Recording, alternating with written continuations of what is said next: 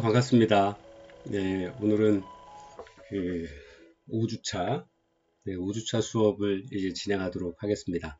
한 주 동안 잘 쉬셨나요? 제가 이제 계속 수업을 모니터링 하면서 여러분들이 그 수업을 들으시고 소감이 어떠셨는지도 잘 꼼꼼하게 보고 있고요. 또 메일 주시거나 뭐 백석톡이나 아니면 카톡으로 뭐 문자를 주셔도 잘 읽어서 검토를 좀 하고 있습니다. 그래서 혹시 불편하신 것은 없는지 아니면 또 수업을 들으시면서 뭐 좀 제가 보완을 해야 될 건 없는지도 모니터링을 하고 있습니다. 그래서 좋은 말씀도 많이 해주시고 응원의 말씀도 많이 해주셨는데요.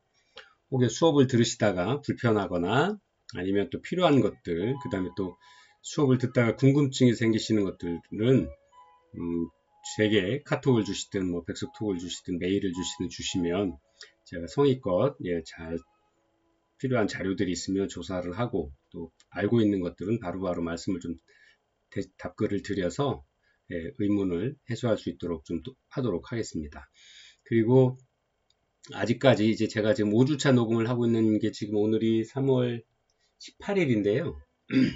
아직까지 그 수업을 전혀 한 번도 안 들으신 선생님도 계시고 그러시네요. 그래서 제가 개인적으로 카톡도 드리고 문자도 드리고 아니면 백석톡을 아직 설치를 안 하신 분도 계셔서 이제 연락을 좀 드리고 있는데 연락을 드리기가 좀 어려운 부분들이 있습니다. 그 다음에 휴대폰이 아직 제 번호가 아직 기록을 안 하셔서는 모르는 번호로 나오셔서 그런가 아직 대답도 안 하시는 분도 계신데 제가 요번 주까지는 그러니까 오늘이 18일일까요? 20일까지는 뭐 오리엔테이션은 그만두고 첫째 주, 둘째 주 수업을 안 들으신 분들은 이제 결석으로 잡힐 수밖에 없습니다. 그렇게 되면 여러분들 이제 그 성적이나 이런 부분들의 성적 관리에 있어서 개인이 굉장히 불이익을 받으실 수밖에 없어요. 그래서 제가 처음에 오리엔테이션 때 말씀드렸던 것처럼 성적 점수가 20점이 되기 때문에 그 20점이 굉장한 점수가 큰 비중을 차지하게 될 겁니다. 그래서 여러분들 성적 관리도 하셔야 되고 그 다음에 공부도 하셔야 되고 하기 때문에 수업은 아무리 힘드셔도 꼭 참여를 해 주시고요. 그 다음에 이게 사이버로 수업이 진행이 되다 보니까 수업이 다 끝나신 후에는 꼭 학습 종료를 눌러서 수업이 다 이수하신 걸로 기록에 남을 수 있도록 해 주시기 바랍니다. 그리고 혹여 또 그 수업을 못 들으시거나 과제를 늦게 내신 분들은 미리 좀 이렇게 늦게 내시게 되면 그 사유가 있으셨는지 좀 알려주시고 하면 제가 그건 정상 참작을 해서 불이익을 받지 않는 방법 최대한 함께 고민해서 방법들을 찾아보도록 하겠습니다.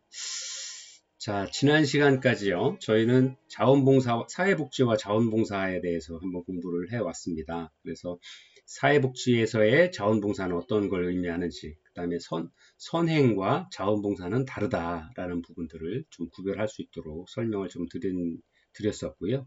그 다음에 또 하나 사회복지에서의 자원봉사는 사회자원으로 들어간다라고 말씀을 드렸죠. 자원이라고 하는 건 어떤 일들을 행위나 일들을 하기 위한 프로그램들을 진행하기 위한 소중한 재원으로 쓰여질 수가 있는데 이런 것들이 어떻게 해서 발생하게 됐느냐 자원봉사라는 것이 한번 다시 기억을 더듬어 보시면 크게 시장의 실패 아니면 뭐 계약의 실패 아니면 정부의 실패 뭐 이렇게 이야기를 하죠. 왜냐하면 정부와 민간의 어떤 그 주 특징들이 다르기 때문에 바라보는 지향점이 다르기 때문에 그 사이에서의 어떤 간극들을 자원봉사로 민간의 영역에서 공공기관에서 잘하는 부분과 민간에서 잘하는 부분들 합쳐서 실제 우리 사회를 구성하고 있는 많은 구성원들은 그런 그 복합적인 욕구들을 가지고 있고 그런 복합적인 욕구들을 채우기 위한 방법으로 민간의 자원으로서 자원봉사가 활용되고 있다라는 점을 말씀을 좀 설명을 드렸었습니다. 그리고 이제 자원봉사라고 하는 것은 지속성, 그다음에 자발성, 그다음에 무보수성 이러한 특징들을 가지고 있다라고 했는데 이런 부분들이 따로 가는 것이 아니라 민관이 함께 협치하는 방법들로 가는 부분들이 좋겠다 하는 것들에 대해서 지난 시간까지 함께 공부를 해왔습니다. 그래서 이러한 지금 현대사회에서 이러한 자원봉사 부분들을 정부와 정부 구간 1섹터, 그 다음에 민간 기업 영역들의 구간을 이 섹터라고 부른다 그러면 이제 제3섹터라 그래서 민간의 순수한 자원봉사의 구간들을 그런 영역들을 제3섹터다라고 이렇게 이야기를 한다라고 함께 공부를 해왔습니다. 그래서 오늘은 자원봉사의 역사에 대해서 자원봉사 활동의 역사에 대해서 외국의 사례들을 같이 공부해 보도록 하겠습니다. 그래서 영국, 미국, 일본은 뭐 잠깐 좀 보도록 하고요. 그 다음에 이제 마지막에 세 번째 시간에 저희 한국의 사례에 대해서 함께 공부하면서 우리나라의 그 자원봉사의 역사 또 외국과의 사례와 비교를 통해서 자원봉사의 역사들을 한번 함께 공부해 보도록 하겠습니다.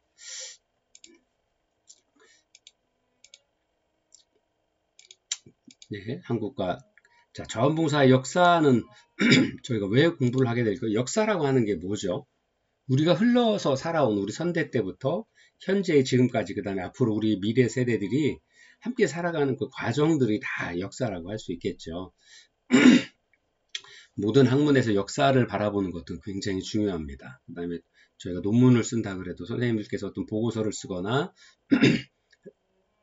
논문을 쓰신다 그래도 우리 앞전에는 어떤 생각들을 가졌고 어떤 연구가 있었는지, 예를 들어서 우리 회사에서 보고서를 쓴다라 그러면, 아니면 제안서를 쓴다 하거나 기한을 낸다라 그러면 이 제가 하고자 하는 일에 이 앞에는 어떤 일들이, 우리 기관에서 어떤 일들이 있었는지, 아니면 우리 회사에서는 어떤 정책들을 가지고 어떻게 프로그램들을 진행을 해왔었는지, 그 다음에 바뀐 현대 상황에 대해서 설명하고, 그 다음에 현재 그러면 이렇게 옛날에는 이렇게 과거는 이랬고 현재 상황은 이래서 현재를 살아가고 있는 우리가 우리 미래를 준비하기 위해서는 이러이러한 일들을 하면 좋겠습니다 라고 이야기를 하는 것들이 대개의 어떤 그 이해를 하기 위한 설득의 순서라고 볼 수 있죠. 그래서 우리 옛말에 온고이지신이다 라는 말이 있습니다.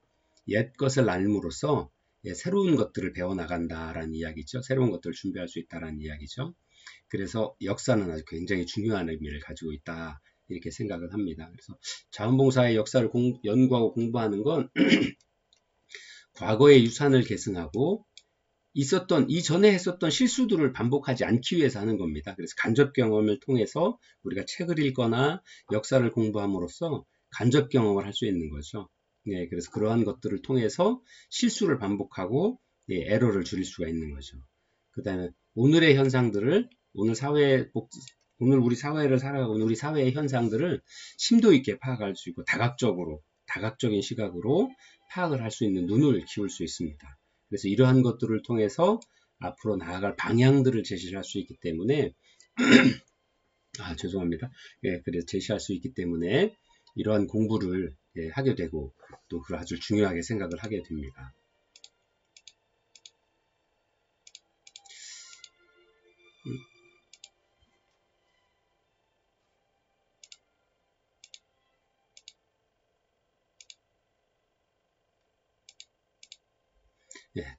자, 외국의 계략적인 자원봉사의 역사를 좀 한번 보도록 할까요? 그래서 원래의 처음부터 유래는 고대 그리스 로마 시대의 민주주의 체제에서부터 강조된 자유시민의 자발적 참여라고 합니다. 그래서 자선기관이 그때부터도 생기기 시작을 했다라고 하고 역사적으로 보게 되면요.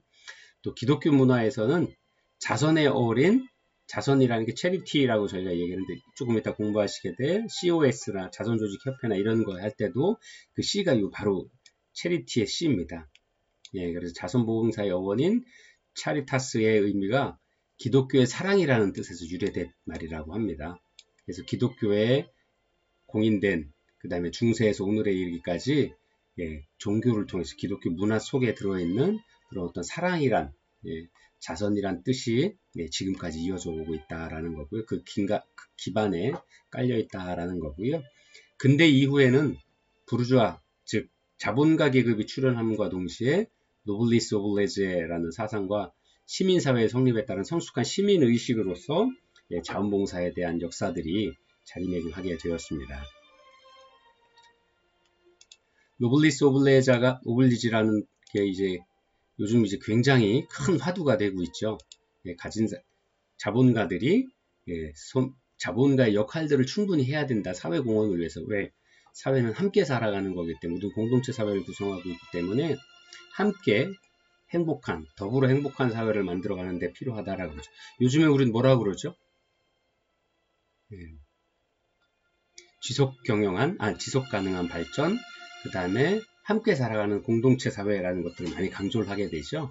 예, 그런 것들도 바로 노블리스 오브 레저란 옛날의 사상에서부터 시작을 해서 현재까지 서구 유럽에서 출발해서 이어져 오고 있다, 이렇게 생각이 됩니다. 또 저희가 이제 공부를 하게 됩니다만 국가마다 자원봉사 활동의 역사는 다 조금씩 차이를 보이고 있습니다. 왜냐하면 우리나라만 해도요, 삼국시대부터 지금 조선시대 고려시대 다르고 조선시대 다르고 현대 다른 것처럼 시대와 공간을 이어지는 그 자원봉사 활동이 계속 이어지고 있습니다만 시대 변화에 따라서 역사의 흐름처럼, 우리가 공부하게 될 역사의 흐름처럼 조금씩 변화의 모습들을 보여지고 있다라는 거고요. 또 자원봉사 활동이 공동체의 안녕을 위한 시민활동이다라는 거죠. 그래서 이렇게 조직적으로 발전하고 제도화된 과정들은 국가마다 다 다르다. 서양과 동양이 다르고 아프리카의 문화 다르듯이, 왜냐하면 사람이 살아가는 문화가 다 달랐기 때문에 그런 법과 제도도 다 바뀌어서 다양하게 변형이 되어 왔다라는 거고요. 자, 그럼 오늘은 첫 번째 영국의 자원봉사 활동에 대해서 공부해 보도록 하겠습니다. 첫 번째 기원은 아까 말씀드린 것처럼 기독교의 자선 활동의 시작이라고 할 수 있을 것 같습니다. 그 다음에 이제 특히 옛날부터 지금은 이제 신부님, 옛날에 그때 수사를 하거나 많은 분들이 종교 활동을 하셨던 많은 분들이 자선의 생각, 사랑의 마음으로 어려운 이웃들을 빈민구제 활동들을 많이 했죠. 그래서 이러한 활동들이 19세기에 아주 폭발적으로 증가하게 됩니다. 영국에서는요. 그 다음에 이러한 많은 자선봉사 활동을 하는 단체들이나 목사님들이 계셨고, 그런 분들이 자원봉사가 아니라 제가 자선봉사라고 말씀드리고 있다는 걸 좀 잘 생각을 해주셨으면 좋겠어요. 그래서 그러한 자선봉사 활동을 하시는 분들이 많이 생겨나고 급격하게 늘어나다 보니까 이러한 자선봉사 활동을 하는 부분들을 좀 조직화하고 체계화해서 서비스가 골고루 펼쳐질 수 있도록 하고 중복되지 않도록, 또 필요한 서비스가 꼭 필요한 분들에게 전달할 수 있도록 하기 위한 어떤 협회들을 만들기 시작을 하게 됩니다. 그래서 그게 바로 우리가 알고 있는 자선조직협회라고 하는 겁니다. 자선단체들에 의한 자발적인 자선활동이 많아짐으로써 이러한 협회를 만들게 되었고요.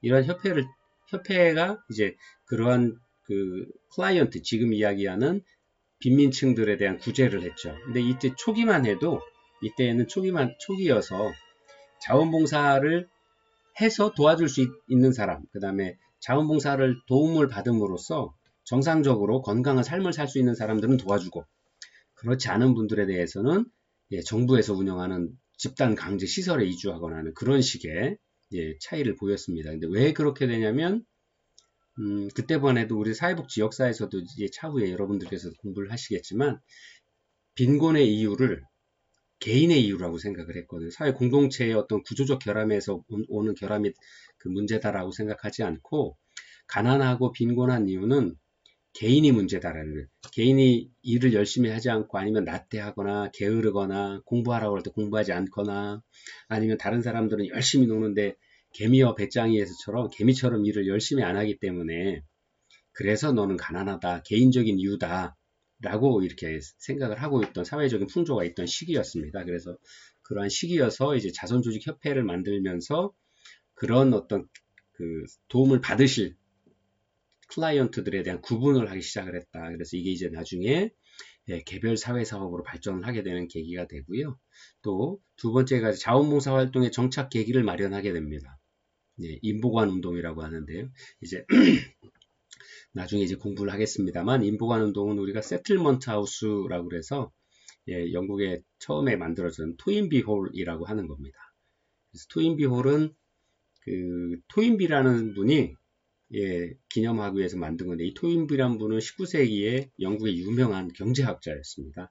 그래서 산업혁명이란 말을 처음 학문적으로 만들어서 사용을 하셨고, 그런 발표를 많이 하셨던 분인데, 이분이 생각이 주가 어떤 거였냐면, 산업혁명으로 만들어진 이 어마어마한 자본들, 그 다음에 산업혁명을 통해서 그런 것들을 통해서 부를 축적한 이 많은 자본가들이, 이것은 개인의 자본이 아니라 사회적인 자본이다 라고 생각을 하기 시작을 하셨던 겁니다. 그래서 산업혁명의 혜택은 자본가뿐만 아니라 사회를 구성하고 있는 모든 사람들이 골고루 혜택을 누려야 된다라고 생각을 하셨었고, 그래서 일찌감치 이제 어려운 이웃을 위해서 어려운 분들에 대한 어떤 경제적인 활동들이나 교육들, 그다음에 그런 것들에 대한 연구를 오래 하셨어요. 근데 불행하게도 나이 30에 요절을 하게 됩니다. 그래서 그 정신을 이어받은 바레트 신부와 그의 가족이 토인비를 기념하여서 저소득 빈민층에 빈민 지역 거주 지역에 들어가셔서 토인비 홀을 만들고, 이 토인비 홀에서는 어떻게 했냐면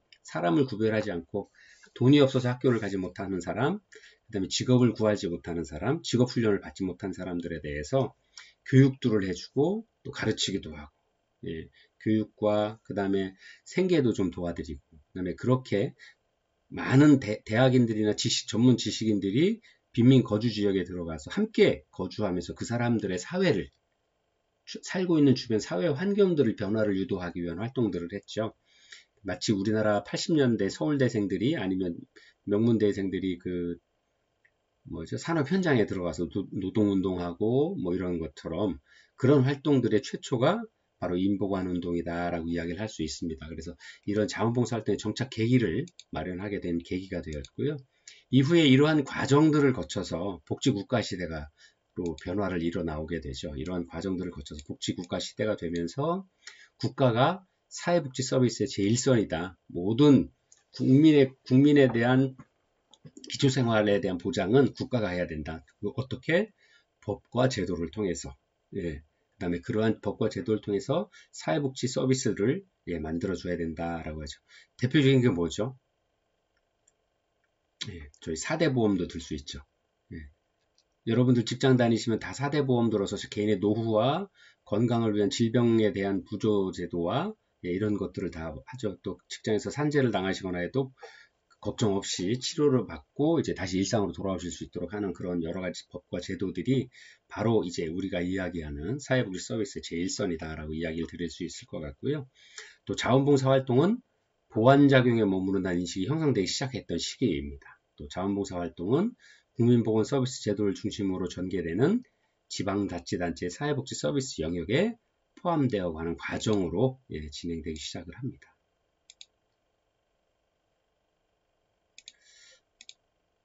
자, 그래서 첫 번째, 영국에서는 첫 번째 생긴 게 많은 자선단체들이 생겼고, 그 개별 개인이나 개별 교회에서 했던 활동들을 자선조직협회를 만들게 됩니다. 그래서 영국의 자선조직화 운동체에 대한 최초의 추진체로서의 역할들을 담당을 한 시기입니다. 그 다음에 자선조직협회에서는 우호방문단이라고 해서 프렌들리 비지터라 그래서 중산층의 부녀자분들께서 빈곤 가정들을 방문해서 빈곤의 원인을 파악하고 구호 및 교육 활동들을 수행을 했습니다.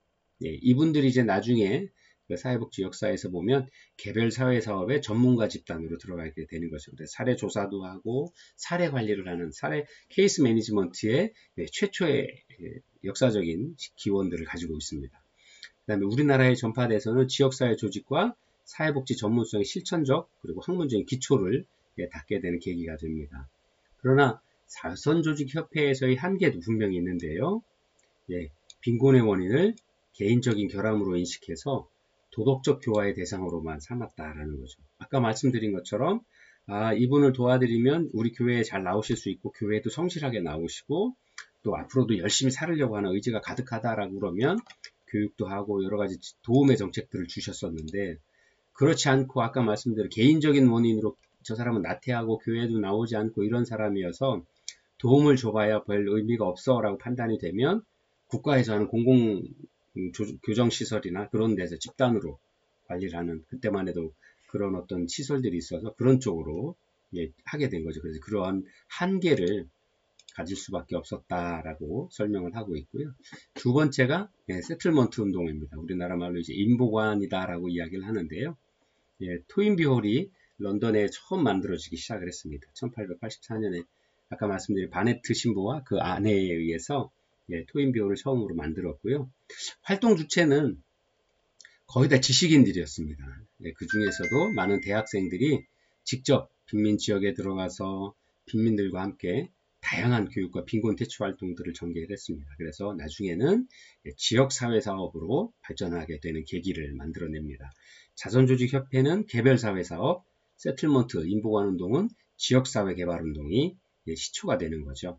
그래서 역사적으로 의미를 좀 두자라고 그러면 빈곤의 문제를 개인의 결함이 아닌 사회구조적인 문제로 파악해서 활동가와 빈민들이 상호 협력을 통해서 지역사회를 개선하려고 해야 된다. 또 그러한 노력들을 실천적으로 보여줬죠. 그래서 이후에는 사회개혁의 운동으로 발전하게 되는 이런 어떤 큰 흐름을 만들어내게 됩니다. 그래서 좀 자세히 좀 보면 1960년에는 자선법, 영국에는 자선법을 만들어냅니다. 자선법이 제정이 돼서 여러 빈민들을 위한 활동들을 하게 되죠. 민간단체 및 기관의 자원봉사 활동을 보호하고 육성하기 위한 최초의 법적 근거들을 자선법으로 만들어내게 됩니다. 또 자선법의 제정에 따라 자원봉사 활동 주체의 등록 및 감독 체계 등이 마련되고 기존의 자원봉사 활동이 제도화되기 시작했다. 그래서 어떤 큰 의미를 가지게 된다라는 거죠. 1968년에 아베스 보고서라는 것들을 내게 되는데요. 이 의회에 아베스 보고서를 내게 되면서 전문 직원들, 즉 아까 말씀드린 자선조직협회에 활동을 했던 많은 프렌들리 비지터, 우회방문원이라고 하는 중산층의 소득이 있는 그 자원봉사 활동을, 자선봉사 활동들을 조직화하고 실제 담당했던 많은 분들이 전문가로서의 어떤 역할들을 매기게 되는 계기가 되는데요.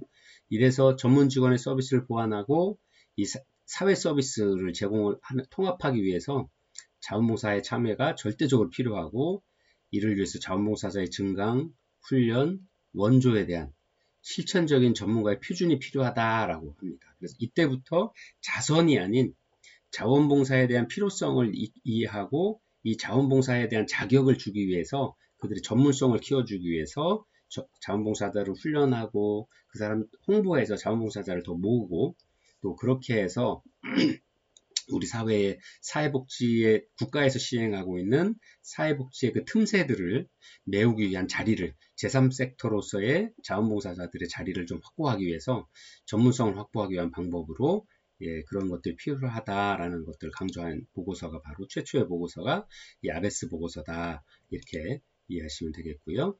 그러면서 이제 1970년에 지방정부 사회복지서비스법이라고 만들죠. 이것은 뭐냐면 조금 더 설명을 좀 드리면 1968년에 아베스 보고서가 나오기 전에 지방정부의 커뮤니티라고 하는 지방정부 사회를 영국에서 지방정부에 대한 지방정부 자체 내에서의 사회복지 서비스들을 어떻게 전개해 나가는 게 좋겠느냐 하는 것들에 대한 고민을 하기 시작을 합니다. 그래서 2차 대전 후에 1945년에 비버리지 보고서가 나와서 국가가 국민을 위한 복지 서비스들을 어떻게 해야 될 건가에 대한 고민을 해서 보고서를 내게 되고요. 그 후에 커뮤니티, 지역사회에 대한 정부들, 분권화되어 있는 지방정부들에 대한 지역사회 복지 서비스를 어떻게 할 거냐에 대한 보고서가 두 번째로 나오게 됩니다. 그래서 그 다음에 1970년에 그러한 보고서를 기반으로 해서 지방정부 사회복지 서비스법이라는 것들을 만들게 되죠. 그래서 지방자치단체의 사회복지 서비스 행정 체계가 우리가 이야기하는, 요즘 이야기하는 우리나라도 20몇 년 전에 했던 것처럼 지방 분권화를 하고 지방 분권에 된 지방자치제의 시행을 하면서 지방에 있는 도시들이 스스로 농촌도시면 농촌도시, 어촌중심이면 어촌중심 도시, 아니면 공업도시면 공업도시, 자기 지역사회 특성에 맞도록 사회복지 행정 서비스를 갖추고 지역사회 특성에 맞는 프로그램들을 만들기 위한 기본적인 법제도를 갖추기 시작을 하게 됩니다. 그게 바로 1970년에 제정된 지방정부 사회복지 서비스법이다라고 이해가 될 수 있고요. 그 다음에 이제 잘 아시는 것처럼 1970년대 중후반에 이제 세계적인 석유파동, 오일쇼크라고 하는 석유파동이 생겼죠. 그래서 복지국가의 위기론이 대두됩니다. 왜냐하면 이전까지는 우리 국가에서 열심히 일해서 외국과의 무역도 하고 이런 것들에서 돈을 많이 벌고 또 많이 벌어서 세금을 많이 걷어서 우리 국민들이 낸 세금을 가지고 우리 국민들을 위한 복지 서비스를 진행을 해왔는데 석유파동으로 인해서 세계 경제가 다 흔들렸죠. 직장도 없어지고 물가도 오르고 어마어마한 인플레에 사람들이 모두 다 어려워지기 시작하니까 모두 다 일부 소수를 빼고 나머지 다 어려운 생활을 하게 되죠. 그러다 보니까 사회복지 서비스를 받으셔야 될 분들이 서비스 대상자가 급격하게 늘어나게 되니까 이 모든 분들을 서비스를 기존 해왔던 사회복지 서비스를 제공하기에는 엄청나게 힘든 상황이 되는 거죠. 돈도 부족하고 사람도 부족하고. 왜냐하면 너나 할 거 없이 다 어려운 시기가 되어버렸으니까요. 그래서 그게 우리뿐만 아니라 외부의 환경으로 글로벌한 지구촌 경제 환경의 변경으로 인해서 엄청나게 어려운 시기를 겪게 됩니다. 네, 우리도 오일 쇼크, 그 다음에 IMF 뭐 이런 시기를 거치면서 어려움들을 많이 겪었죠. 그래서 그런 것처럼 영국에도 복지국가의 위기론이 대두됩니다. 그러면서 복지에 대한 서비스들을 줄여나가기 시작을 하고 개념들이 바뀌어나가기 시작을 해서 그래서 정부의 역할들을 감소시키고 서비스의 많은 부분들을 민간의 자원봉사 부분으로 바꿔내기 시작을 하게 되는 어떤 계기가 이때 진행이 되었습니다.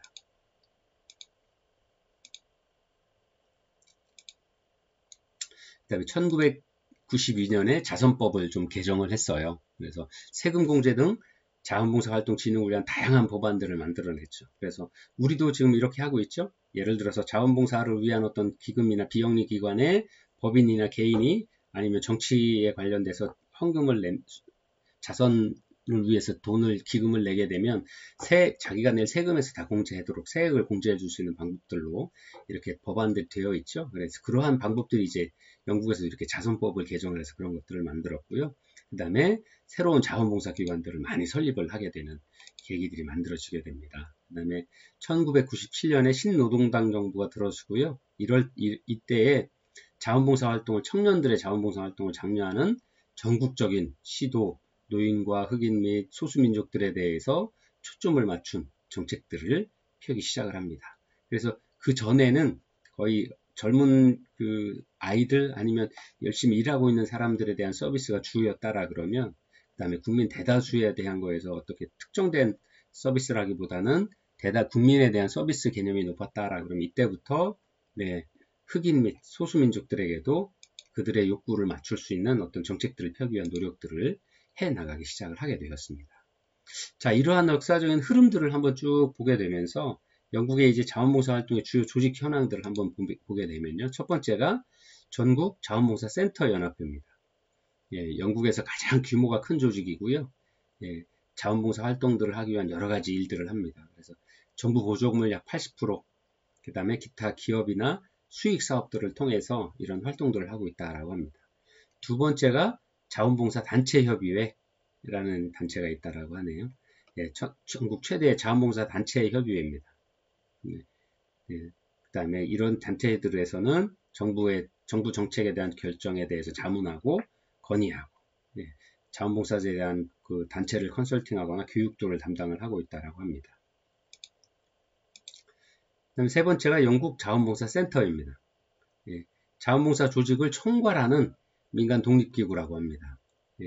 그래서 영국 내 자원봉사 활동을 전국적인 차원에서 지원하고 대정부에 대한 로비 활동 개발들을 합니다. 정부 보조금을 좀 많이 받아서 80%로 지원을 하게 됩니다. 이제 가장 최근에 생긴 게 이제 새천년 자원봉사단이라고 해서 영국에서 전국적인 규모로 시작된 자원봉사 프로그램이라고 합니다. 1998년에 시범사업으로 시작을 해서 지역사회에 도움이 되는 자원봉사 활동에 16세에서 14세의 청년들이 참여하도록 영국 정부가 장려하고 인정하기 위해서 시작됩니다. 그래서 이러한 것들이 이제 자원봉사가 일상에서 생활에서 그 다음에 어려서부터 이런 활동들을 함으로써 성인이 되어서도 이웃과 아픔을 함께 안고 자신의 어떤 전문성이나 자신의 가진 기술들을 타인을 위해서 사용하도록 하기 위한 교육들을 하는 프로그램으로 시작이 됐습니다. 그래서 참여 사업의 범위는 개인에게 적합한 것에서부터 그룹 자원봉사를 위한 것까지 다양하게 많이 활동들을 하고 있고요. 자원봉사 시간이 100시간 이상이 되면 인증서 수여합니다. 200시간 이상 하면 우수상 수여하죠. 그래서 이러한 어떤 여러 가지 전문가로서 자원봉사자라고 인증을 해준다거나 인정과 보상이라고 할 수 있죠. 그 다음에 뭐 우수상 같은 거를 주어서 지역사회에 인지도를 높게 해주고 그러한 부분들에 대해서 또 그래서 그러한 것들을 그 행동 유발 요인으로 만들어서 다른 어떤 청소년들도 열심히 해서 그런 어떤 인정을 받을 수 있기 위한 어떤 동기 유발 요인으로 이런 활동들을 진행을 해 나가고 있습니다. 자, 잠깐 쉬었다가요. 이제 2시간 2교시 수업 다시 진행하도록 하겠습니다. 잠시 후에 뵙도록 하겠습니다.